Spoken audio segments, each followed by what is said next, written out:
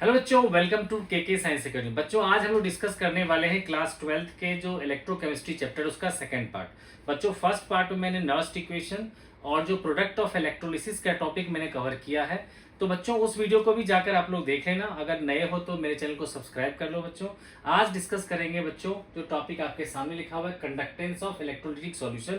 और इस टॉपिक से रिलेटेड जितने भी एनसीईआरटी के इंटेक्स्ट क्वेश्चन है या एक्सरसाइज क्वेश्चन है वो सारा का सारा डिस्कस करूंगा, सो दैट आप लोग को ये टॉपिक बहुत अच्छी तरह से क्लियर हो जाए। तो बच्चों, पूरी वीडियो को देख लेना। अगर कोई पोर्शन अगर आपको आता है तो आप वीडियो आगे करके भी देख सकते हो, लेकिन वीडियो पूरा देखना। ठीक है बच्चों, तो शुरू करते हैं। देखो बच्चों, क्या होता है कि आप लोगों ने बच्चों ये रिलेशन पढ़ा होगा। रेजिस्टेंस क्या होता है हमारा, आर होता है रो इंटू एल बाई ए। ठीक है, तो ये बच्चे क्या होता था, रो होता था हमारा resistivity. This is called resistivity. Resistivity है ना बच्चों। अब देखो, किसी भी जब हम बात कर रहे हैं यहाँ पर, तो ये बैटरी की बात हो रही है। ठीक है, तो जब भी हम बैटरी की बात करेंगे तो बैटरी में प्लेट्स होते हैं। उस प्लेट्स के लिए क्या होता है, लेंथ होता है, एरिया होता है। ठीक है, जो किसी भी बैटरी की प्लेट्स जो होती है वो सेम रहती है, चाहे आप केमिकल कुछ भी चेंज करते रहो, लेकिन प्लेट्स तो सेम ही रहेगी। इसलिए लेंथ और एरिया दोनों ही लगभग कांस्टेंट रहता है। इसीलिए L बाई ए को टुगेदर कह दिया जाता है कांस्टेंट। इसको कहते हैं बच्चों cell constant. This is called cell constant. ठीक है बच्चे। अब देखो, रो होता है हमारा रेजिस्टिविटी, तो एक टर्म आता है के, जिसको कहते हैं हम लोग स्पेसिफिक कंडक्टिविटी। Specific conductivity.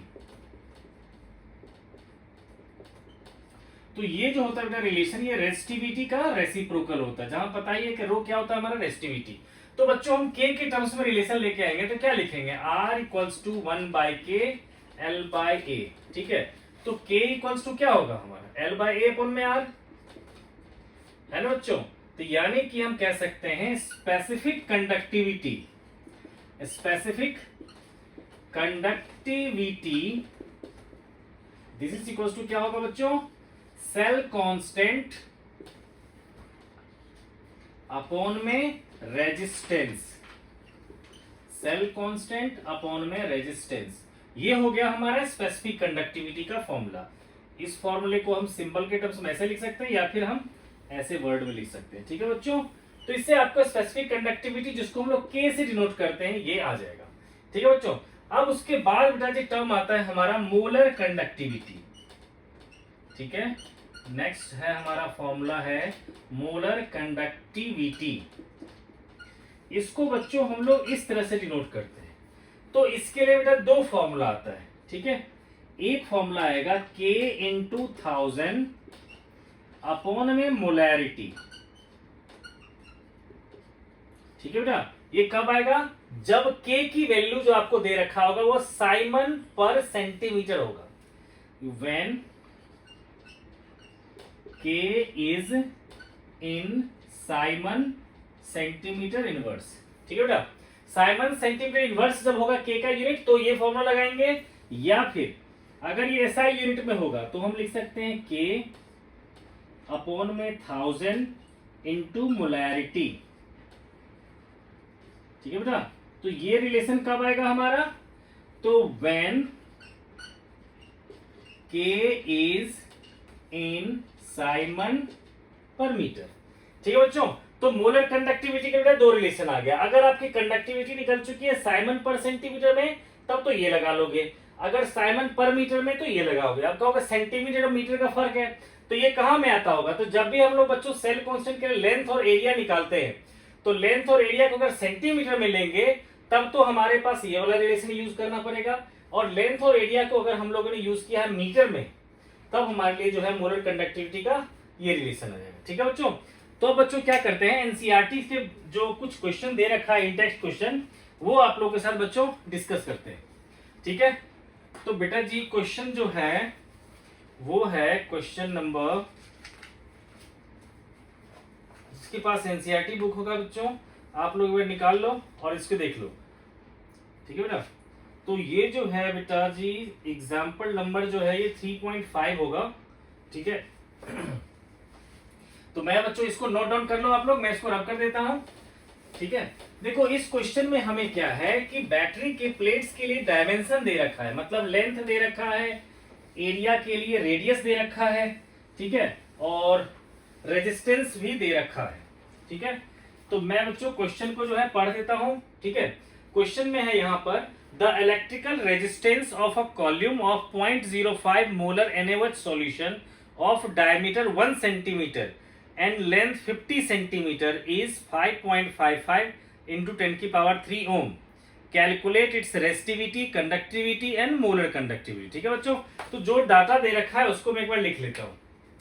ठीक है बेटा, तो ये जो बेटा जी डाटा जो दे रखा है, इसमें दे रखा लेंथ दे रखा है 50 सेंटीमीटर, एल दे रखा है हमें 50 सेंटीमीटर, और डायमीटर दे रखा है हमें 1 सेंटीमीटर। ठीक है, और बच्चों रेजिस्टेंस दे रखा है ये 5.55 इंटू 10 की पावर 3 ओम। ठीक है, उसका मोलैरिटी गिवन है हमें 0.05, मोलैरिटी गिवन है 0.05 मोलर। ठीक है, तो बच्चों हमसे क्या क्या कह रखा है, रेजिस्टिविटी हमें फाइंड करना है बच्चों, रेजिस्टिविटी फाइंड करना है, सेकंड कंडक्टिविटी फाइंड करना है, और थर्ड इसमें मोलर कंडक्टिविटी भी फाइंड करना है। ठीक है बच्चों, तो देखो बेटा बहुत ही ज्यादा आसान क्वेश्चन है ये। ठीक है, बस करना क्या है बच्चों, देखो तो आप लोग को बेटा पता है कि एरिया अगर निकालना है, ये है बच्चों डायमीटर। ठीक है ना, तो एरिया क्या होगा, एरिया होगा हमारा पाई आर का स्क्वायर। पाई मतलब 22/7 और रेडियस मतलब क्या हो गया 1/2। ठीक है बेटे, तो ये हो जाएगा हमारा उसका स्क्वायर, तो ये आ गया हमारा इतना सेंटीमीटर स्क्वायर में आ जाएगा इसका एरिया। ओके, अब एरिया आ चुका है, लेंथ आ चुका है, तो सेल कांस्टेंट फिर क्या होगा, सेल कांस्टेंट जो आएगा हमारा वो क्या होता है, लेंथ बाय एरिया। लेंथ है 50 और एरिया कितना आ चुका है ये, तो 22 इंटू 1। अब देखो जो 7 और 4 दोनों ऊपर चला जाएगा, 7 इंटू 4 है ना। अब देखो हमने सबको लिया सेंटीमीटर में, तो ये भी क्या आएगा, सेंटीमीटर इनवर्स। ठीक है बच्चों, इसको सॉल्व करना है, आप लोग को करना है मल्टीप्लाई का काम। सेल कांस्टेंट आ गया। अब देखो हमारे पास सेल कांस्टेंट है और रेजिस्टेंस है। ठीक है, तो आप लोगों ने बेटा अभी देखा था रिलेशन। ठीक है, कि देखो बच्चों के की वैल्यू में सेकंड पहले कर, देखो अभी मैंने फॉर्मूला लिखवाया था आपको, के था हमारा cell constant, cell constant upon में रेजिस्टेंस। ये फॉर्मूला बच्चों अभी लिखवाया था आपको, तो सेल कांस्टेंट इतना आ गया। ठीक है, तो ये कितना आ गया हमारा 50 इंटू 4 हो गया 200 इंटू 7 1400 बाय 22 इतना आ जाएगा बच्चों। ठीक है, this is your cell constant. और अपॉन में देखो बच्चे रेजिस्टेंस क्या है हमारा, तो रेजिस्टेंस है 5.55 इंटू 10 की पावर 3। ठीक है, तो ये आ जाएगा हमारा साइमन पर सेंटीमीटर। ठीक है बच्चों, ये आ गया हमारा के की वैल्यू। तो बच्चों अब ये बताओ कि इसमें जो हमारा रेजिस्टिविटी होता है वो रेजिस्टिविटी क्या होगा, रेजिस्टिविटी होता है 1 अपॉन में के। ठीक है, तो जो आया था हमारा इसका उल्टा हो जाएगा, यानी कि 22 इंटू 5.55 इंटू 10 की पावर 3 अपॉन में 1400 है ना बच्चों। ठीक है, तो इस तरह से बेटा जी ओम सेंटीमीटर में आ जाएगा इसका यूनिट। ठीक है, रेजिस्टिविटी का हो गया। ठीक है, कंडक्टिविटी का हो गया। अब देखो बच्चा मोलर कंडक्टिविटी। ठीक है, तो बच्चों मोलर कंडक्टिविटी का फॉर्मूला आप लोगों को बेटा लिखवाया था मैंने कि ये होगा K इंटू 1000 बाय मोलैरिटी। कब, जब K की वैल्यू होगी साइमन पर सेंटीमीटर में, तो वही है, तो हम इसमें वैल्यू पुट कर देंगे। ठीक है, तो K की जितनी भी वैल्यू है बच्चे that into 1000 by molarity which is ये है बेटा मोलैरिटी, इसको पुट कर दोगे तो आ जाएगा आपका मोलर कंडक्टिविटी। ठीक है, तो ये बहुत ही आसान क्वेश्चन था। ठीक है बच्चों, तो मैं चल रहा हूं बेटा जी दूसरे क्वेश्चन की तरफ जो इससे थोड़ा सा मुश्किल है। ठीक है, किसी बच्चों कोई भी कैलकुलेशन में अगर प्रॉब्लम है, कुछ भी प्रॉब्लम हो, तो मुझे बेटा कमेंट में बताना। नेक्स्ट वीडियो में मैं कोशिश करूंगा उसके डाउट्स जो है आप लोग के वो ले लूं मैं। ठीक है बच्चों, तो अब बेटा जी इसी से रिलेटेड जो क्वेश्चन है हमारा, जो इससे पहले क्वेश्चन है बल्कि, है ना, ये है बेटा एग्जाम्पल 3.4। इस क्वेश्चन में क्या कह रहा है, ठीक है, तो देखो क्वेश्चन में क्या रखा है कि 0.1 मोलर, ये जो बेटा क्वेश्चन है हमारा, ये है एग्जाम्पल 3.4। इसमें कह रखा है एक केसीएल का सॉल्यूशन है, ठीक है।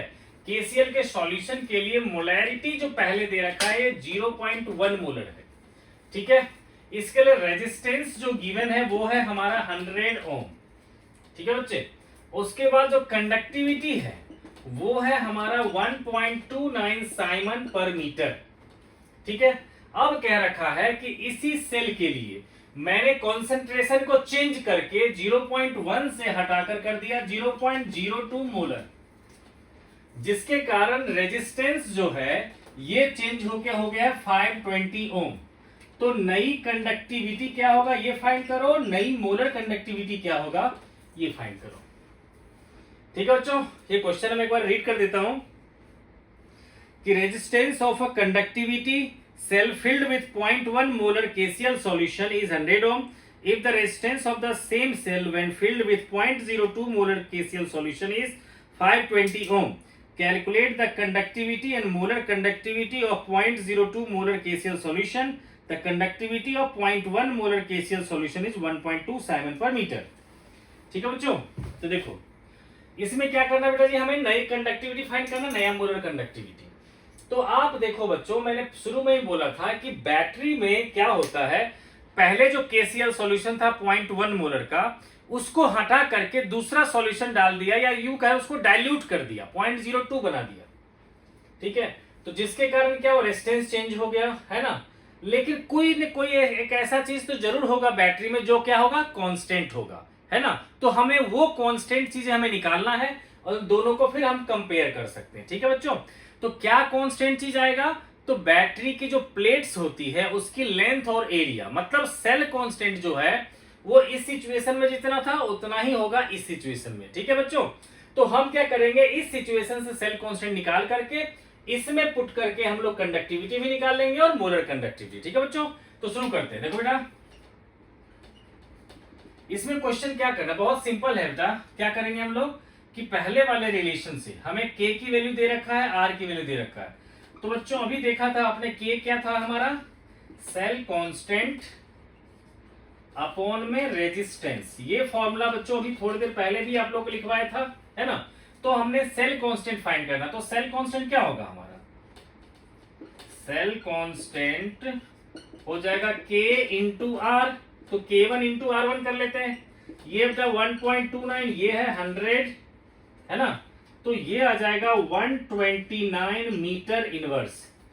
क्यों बच्चों मीटर क्यों ले लिया, क्योंकि यहाँ कंडक्टिविटी है पर मीटर में, है ना। तो ये आ गया सेल कांस्टेंट। अब बच्चों इस सिचुएशन में हम लोग कह सकते हैं कि K2 क्या होगा हमारा, सेल कांस्टेंट तो सेम ही होगा, अपॉन में नई वाली रेजिस्टेंस ले लेंगे, है ना।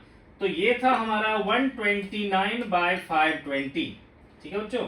तो इतना आ जाएगा बेटा साइमन पर मीटर में आ जाएगा नई वाली कंडक्टिविटी। और नई वाली मोलर कंडक्टिविटी अगर निकालनी है तो इसको क्या कर लेंगे हम लोग कि क्योंकि ये साइमन पर मीटर में है तो फॉर्मूला क्या लगाएंगे, K2 अपॉन में 1000 इंटू मोलैरिटी, है ना बच्चों। तो ये K2 क्या था 129/520 अपॉन में आ जाएगा बच्चे 1000 इंटू मोलैरिटी विच इज 0.02, है ना। इससे आ जाएगा बच्चे इसकी मोलैरिटी, ठीक है। तो ये आ जाएगा, यूनिट आ जाएगा siemens metre square mole inverse, ऐसे करके बेटा इसका यूनिट आ जाएगा, ठीक है। तो ये भी हो गया बेटा जी हमारा मोलर कंडक्टिविटी का, ठीक है। अब देखो बच्चों जो टॉपिक है हमारा नेक्स्ट, ठीक है, वो है बेटा जी कोहलेस law.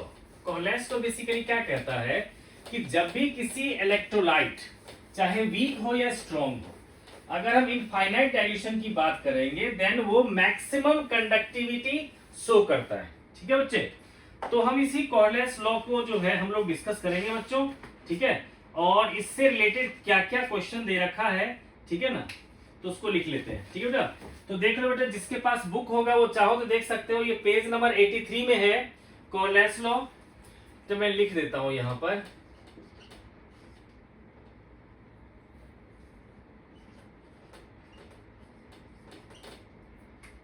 Qualis law of independent migration, independent migration. तो देखो बच्चों, जहां पर ये लिखा हुआ वहीं पर इसका डेफिनेशन दे रखा है, तो आप लोग चाहो तो बुक से लिख सकते हैं इसको, ठीक है। मैं इसको सिर्फ समझा देता हूं, ठीक है।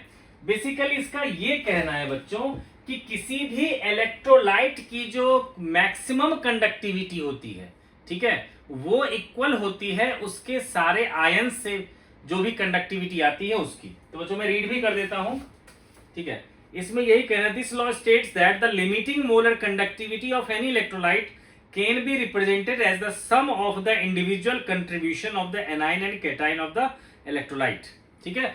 मतलब किसी भी इलेक्ट्रोलाइट में जानते ही हो कि कैटाइंस और एनाइंस होता है, तो किसी इलेक्ट्रोलाइट की जो कंडक्टिविटी होगी, मैक्सिमम कंडक्टिविटी, वो इक्वल होगी उसके जितने भी कैटाइंस होंगे उसकी कंडक्टिविटी प्लस जितने एनाइंस होंगे उसकी कंडक्टिविटी, ठीक है बच्चे।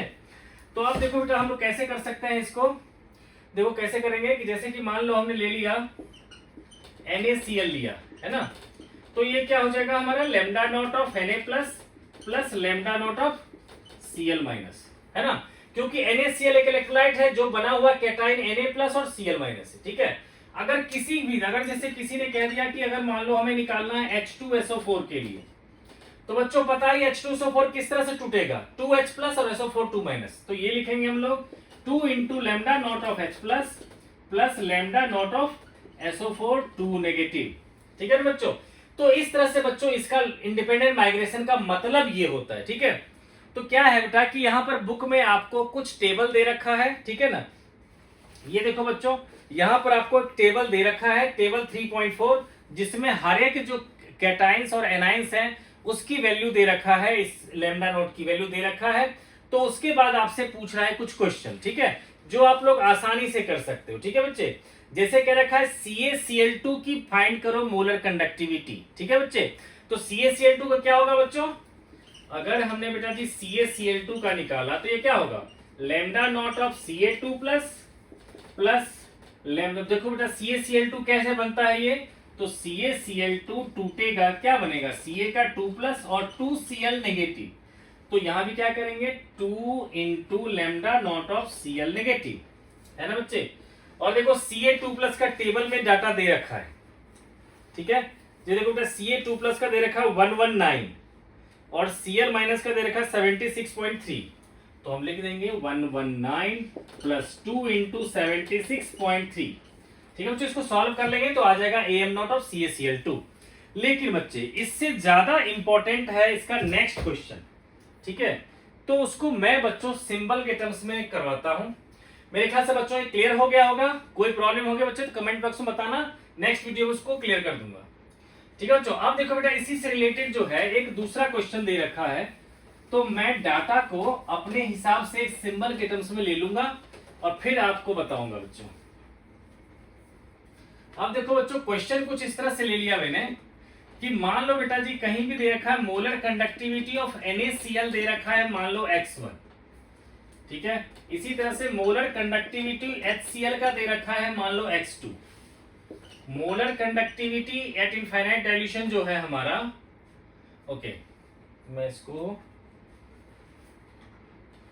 ठीक है, अब ले लेता हूं मैं इसको ले लेता हूं, तो HCl का ले लिया है मैंने, तो अब ले लेता हूं मैं NaAC का, NaAC का ले लेता हूं बच्चों मैं x3, ठीक है। तो अब हमें फाइंड करना है, क्वेश्चन में फाइंड करना है मोलर कंडक्टिविटी ऑफ HAC, ठीक है ना बच्चे, आपको फाइंड करना है मोलर कंडक्टिविटी ऑफ HAC, ये क्या होगा, ठीक है बच्चों। तो इसको बेटा और एक्सप्लेन कर देता हूं, देखो अगर किसी को कोई कंफ्यूजन है तो ये क्या है NaCl और ये क्या है हमारा NaAC, मतलब CH3COONA, और HAC का मतलब क्या हो गया CH3COOH, है ना बच्चों। तो यहाँ एसीटेट जो AC होता है उसको लिखा जाता है CH3COO माइनस के टर्म्स में, ठीक है, ये CH3COO माइनस ही होगा बेटा AC, ठीक है, कहीं भी लिखा हुआ है। तो आपको फाइंड करना है AM नॉट ऑफ HAC, जबकि आपको दे रखा है लैम्डा नॉट ऑफ, मतलब AM not of NaCl, AM not of HCl, AM not of NaAC, और हमें क्या फाइंड करना है HAC। तो देखो बच्चों हम लोग क्या क्या कर सकते हैं, जो दे रखा है उसी को लिख लेते हैं। फर्स्ट क्या दे रखा है हमारा कि AM not of NaCl equals to x1, तो इसको लिखूंगा मैं lambda not of Na plus lambda not of Cl minus equals to x1। ठीक है बच्चों, ये होगा फर्स्ट। अब दे रखा AM नॉट ऑफ HCl दे रखा है x2, तो उसको क्या लिखूंगा मैं lambda not of H plus lambda not of Cl negative equals to क्या हो गया x2। ये सब की वैल्यू बच्चों दे रखा है क्वेश्चन में, लेकिन मैं अपने सिंबल के टर्म्स में ले लिया है। अब देखो थर्ड है हमारा NaAC का, तो NaAC को क्या लिख सकता हूं lambda not of Na plus lambda not of AC minus equals to क्या होगा बच्चों x3। ये लिया मैंने थर्ड रिलेशन। ठीक है, अब मुझे फाइंड करना है बच्चों HAC, तो इसको यहां लिख लेता हूं मैं, तो lambda not of H plus lambda not of AC minus equals to what, है ना बच्चों। तो ये हमें फाइंड करना है, जबकि हमें दे रखा है ये तीन रिलेशन। तो देखो बच्चों हमें H प्लस और AC माइनस चाहिए, तो उसके लिए क्या करेंगे, देखो यहां पर है H प्लस और यहां है AC माइनस, तो अगर इन दोनों को अगर मैं ऐड कर दूं तो क्या होगा H प्लस और AC माइनस तो मिल जाएगा, लेकिन साथ में मिल जाएगा Na प्लस और Cl माइनस, जो मुझे नहीं चाहिए। इसके लिए क्या करना पड़ेगा, मुझे इसको माइनस करना पड़ेगा, है ना। तो हम करने वाले हैं add second and third and subtract first. तो क्या होगा, यानी कि हमने क्या किया है AM not of HCl plus AM not of NaAC, इन दोनों को हमने ऐड किया है और माइनस कर दिया है AM नॉट ऑफ NaCl। ठीक है ना बच्चे, तो इससे क्या आ जाएगा, सब की वैल्यू है हमारे पास, यानी कि x2 plus x3 minus x1 कर देंगे, है ना। तो इसकी वैल्यू क्या आ गया बेटा x2 plus x3 minus x1। ठीक है, तो इस तरह से बच्चों हम लोग कर सकते हैं। ठीक है, कि जिस भी आयंस का हमें फाइंड करना है ना, तो उसको पहले हम अलग अलग करके लिख लेंगे, फिर देखेंगे कि ये सारे आयंस किस किस आयन में है। तो जैसे यहां से H प्लस और AC माइनस चाहिए था, तो H प्लस यहां था, AC माइनस यहां था, तो मैंने दोनों को ऐड कर दिया, क्योंकि दोनों तो चाहिए मुझे, लेकिन जो एक्स्ट्रा था Na और Cl उसको मुझे हटाना था, इसलिए माइनस कर दिया फर्स्ट। ठीक है बच्चों, तो ये था बेटा जी कोहलेट्स लॉ और उसके एप्लीकेशन। अब चलते हैं बच्चों कुछ और टॉपिक पे। अब हम लोग डिस्कस करेंगे बच्चों variation of molar conductivity with concentration. उसमें स्ट्रॉन्ग और वीक दोनों इलेक्ट्रोलाइट का मैं बताऊंगा और उससे रिलेटेड न्यूमेरिकल्स भी करवाऊंगा। ठीक है, तो टॉपिक है बच्चों variation of molar conductivity with concentration. First लेते हैं बेटा for strong electrolyte. Strong electrolyte तो वैसे कम ही पूछा जाता है, तभी इसको हम लोग कर लेते हैं। ठीक है बच्चे, देखो इसके लिए रिलेशन आता है AM इक्वल्स टू लिख सकते हैं AM nought minus A root C, है ना। तो देखो बच्चों क्या होगा, ये हो गया हमारा बच्चों molar conductivity eight given concentration. Molar conductivity eight given concentration. ठीक है बच्चों, ये क्या हो गया molar conductivity eight infinite dilution. Molar conductivity eight infinite dilution.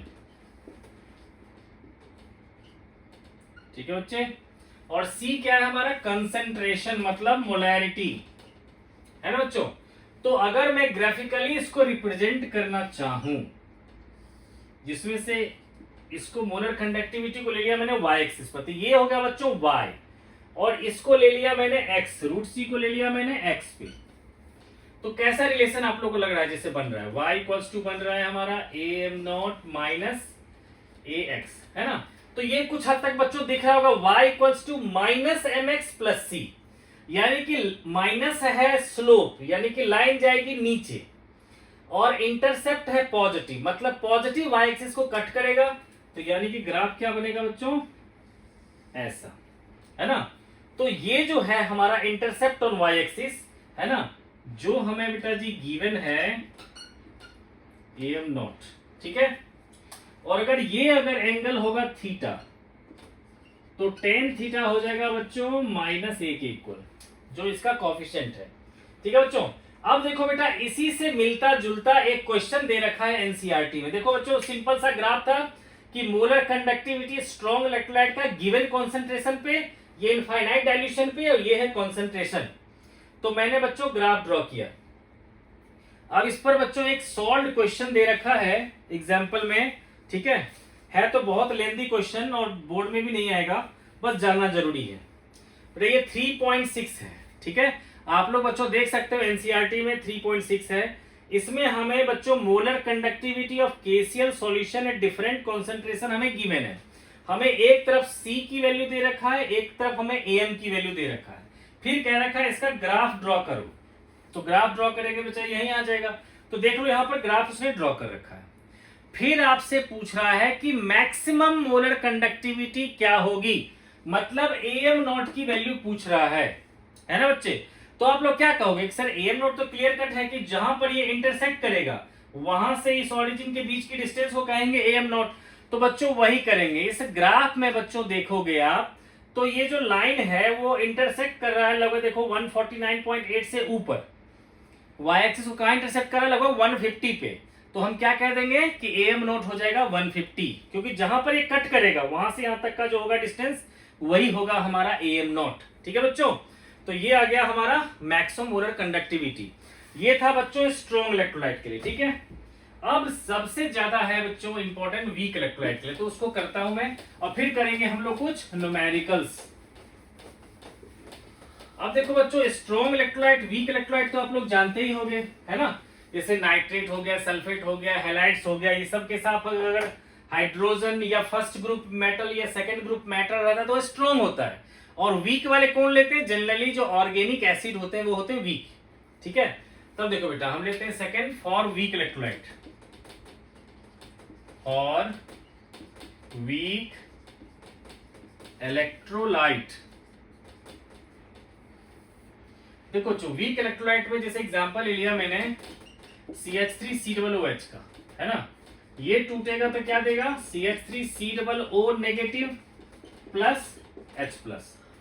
ठीक है बच्चों, तो अगर मान लेते हैं बेटा T इक्वल टू 0 की इसकी कॉन्सेंट्रेशन C थी, इसकी 0, इसकी 0, और एट इक्विलिब्रियम इसकी कॉन्सेंट्रेशन हो गई C इन माइनस C अल्फा, तो ये भी हो जाएगा C अल्फा और ये भी हो जाएगा C अल्फा। ठीक है, अब देखो Ka जो होगा हमारा आयनाइजेशन कांस्टेंट, वो क्या होता है बच्चों, प्रोडक्ट की कॉन्सेंट्रेशन अपॉन रिएक्टेंट की कॉन्सेंट्रेशन, है ना। मतलब CH3COO माइनस की कॉन्सेंट्रेशन, H प्लस की कॉन्सेंट्रेशन अपॉन में CH3COOH की कॉन्सेंट्रेशन, तो ये हो जाएगा C alpha into C alpha by C into 1 minus alpha. इससे ये कैंसिल हो जाएगा, तो क्या आ जाएगा, C alpha square by 1 minus alpha. ये किसकी वैल्यू आ गई, Ka की। ठीक है बच्चों, तो इसको हम लोग कहते हैं ionization constant of weak acid. This is the ionization constant of weak acid. तो अब देखो बच्चों, हमारा Ka आ चुका है C alpha square by 1 minus alpha. आपको पता है कि बच्चे ये क्या होता है, वीक एसिड के लिए जो अल्फा की वैल्यू होता है बहुत ही कम होता है, हार्डली 1%, 2%, 3%। तो सोचो 0.01, 0.02, तो 1 में मैं 0.01 को ऐड करूं, सब्ट्रैक्ट करूं, कोई फर्क तो पड़ेगा नहीं। तो मैं अल्फा को इग्नोर कर रहा हूं, कहूंगा मैं since alpha is very very less than 1 can be ignored, can be ignored. तो क्या हो जाएगा बच्चों, Ka आ जाएगा हमारा C अल्फा स्क्वायर। तो यहीं से बेटा आगे कंटिन्यू कर देता हूं, तो अल्फा क्या आ जाएगा, root over of Ka upon में C। ठीक है बच्चों, तो ये जो अल्फा आया हमारा वो Ka अपॉन में C आया, है ना। तो एक बच्चों रिलेशन ये रखो, तो देखो अल्फा का मतलब क्या है कि कितना परसेंट डिसोसिएट हो रहा है। ठीक है बच्चों, तो उसको आप जो है मोलर कंडक्टिविटी से भी कंपेयर करोगे तो क्या आएगा, Am होता है कि कितना अभी कंडक्टिविटी है, और Am नॉट क्या है कि कितना मैक्सिमम कंडक्टिविटी हो सकती है। तो हम बच्चों क्या कर सकते हैं, दूसरा रिलेशन बच्चों यहां पर लिख सकते हैं। इसके बाद बेटा जी यहीं पर जाना है, ठीक है। इसमें क्या कर सकते हैं बेटा, अल्फा का एक और रिलेशन होता है AM बाय AM नॉट, है ना बच्चों, फर्स्ट और सेकंड, ठीक है। तो इन दोनों को बच्चों कंपेयर कर लेंगे, एक तो अल्फा का रिलेशन क्या होगा ये, और एक अल्फा का रिलेशन आ गया वो, बहुत ही ज्यादा इंपॉर्टेंट रिलेशन है बच्चों, इसको इग्नोर नहीं करना है, ठीक है। मैं इसको रब कर देता हूं बच्चों, आप लोग पॉज करके इसको नोट डाउन कर लेना, ठीक है। फिर मैं कुछ इसको लिंक करके क्वेश्चंस करवाऊंगा। देखो बच्चों, जिस तरह से हमारे पास रिलेशन आ चुका है अल्फा का दोनों रिलेशन, अब इन दोनों रिलेशन को हम क्या करेंगे, इक्वेट कर लेंगे, ठीक है। तो देखो उससे हमें क्या क्या इंफॉर्मेशन मिल रहा है ना। अब इन दोनों को हम क्या करने वाले हैं, इक्वल करने वाले हैं, ठीक है बच्चों। तो देखो इस तरह से कह सकता हूं AM बाय AM नॉट क्या हो जाएगा, KA बाय C का अंडर रूट, यानी कि बच्चों AM inversely proportional to root C आ जाएगा, है ना। तो बच्चों जब भी कोई भी एक फंक्शन दूसरे का इनवर्सली प्रोपोर्शनल होता है तो उसके लिए ग्राफ क्या आता है, रेक्टेंगुलर हाइपरबोला, यानी कि ना तो इसको टच करेगा ना ही इसको टच करेगा। इस तरह से हो गया बच्चों molar conductivity of weak electrolyte का कॉन्सेंट्रेशन के साथ रिलेशन, ठीक है बच्चों। तो बेटा वीक इलेक्ट्रोलाइट के केस में हमें ध्यान रखना है बच्चों, सबसे ज्यादा इंपॉर्टेंट है ये रिलेशन, ठीक है। और ये आ जाएगा बच्चों, तो इसके अलावा मैं अभी ये जो रिलेशन था इससे हमने KA की वैल्यू क्या निकाला था, C alpha square by 1 minus alpha. तो देखो बच्चों अब इससे रिलेटेड कैसे कैसे क्वेश्चंस होते हैं, मेरे ख्याल से ये क्लियर हो गया बच्चों। ये वीक इलेक्ट्रोलाइट के लिए molar conductivity eight given concentration versus concentration के रूट का ये ग्राफ है, ठीक है बच्चों। तो ये क्लियर हो गया होगा। अब देखते हैं बच्चों, अब देखते हैं बेटा इससे रिलेटेड जो क्वेश्चन दे रखा है एनसीईआरटी में, बहुत ही प्यारे प्यारे क्वेश्चंस हैं। तो उन सभी क्वेश्चंस को बच्चों डिस्कस करते हैं, फिर इस टॉपिक को फिनिश करेंगे। देखो बच्चों बहुत ही प्यारा क्वेश्चन है बेटा, देखो यहां है हमारा 3.9, ठीक है। एक क्वेश्चन है बेटा एनसीईआरटी का एग्जाम्पल 3.9, ठीक है बेटा, एग्जाम्पल 3.9, ओके। अब देखो इसमें क्या होगा, देखो जिसके पास नई वाली बुक होगी उसमें 2.9 लिखा होगा, क्योंकि ये जो इस बुक में क्या है कि फर्स्ट चैप्टर सॉलिड स्टेट भी है, ठीक है। तो नई बुक जिसके पास होगी उसके पास 2.9 एग्जाम्पल, और जिसके पास पुरानी है उसके पास 3.9, ठीक है बेटा।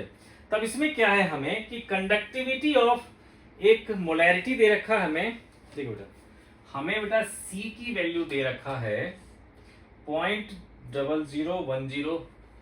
0.00, फिर है 1028 मोलर सॉल्यूशन, ये दे रखा है बेटा मोलैरिटी, और कंडक्टिविटी दे रखा है 4.95 इंटू 10 की पावर -5, कंडक्टिविटी दे रखा है 4.95 इंटू 10 की पावर -5 साइमन सेंटीमीटर इनवर्स, ठीक है। क्वेश्चन में क्या रखा था, conductivity of this one molar acetic acid is this one, तो कंडक्टिविटी इतना दे रखा है। कैलकुलेट द डिसोसिएशन कांस्टेंट, आपको कैलकुलेट क्या करना है, डिसोसिएशन कांस्टेंट या आयनेशन कांस्टेंट, और साथ साथ क्या दे रखा है, क्या रखा था maximum conductivity of acetic acid, वो भी हमें गिवन है। हमें एक और चीज गिवन है बेटा AM नॉट, जिसकी वैल्यू है 390.5 Simon centimetre square mole inverse, ठीक है बच्चे। तो आपको फाइंड करना है KA की वैल्यू, जबकि आपको दे रखा है ये सारे के सारे वैल्यू, है ना बच्चे। तो देखो बच्चों आप लोग को अभी बताया था मैंने कि KA क्या होता है हमारा, C alpha square by 1 minus alpha, ठीक है ना। लेकिन C तो हमें पता है, लेकिन मोलर ये अल्फा की वैल्यू नहीं पता, तो अल्फा को कैसे निकालेंगे हम लोग, molar conductivity eight given concentration by molar conductivity eight infinite dilution, ठीक है बच्चे। तो देखो अब क्या है बच्चे कि हमें K दे रखा है और मोलैरिटी दे रखा है, इससे हम लोग AM की वैल्यू निकालेंगे, ठीक है। तो देखो बच्चे हमारे पास मोलर कंडक्टिविटी का फॉर्मूला क्या होता है, K इंटू 1000 बाय मोलैरिटी, है ना।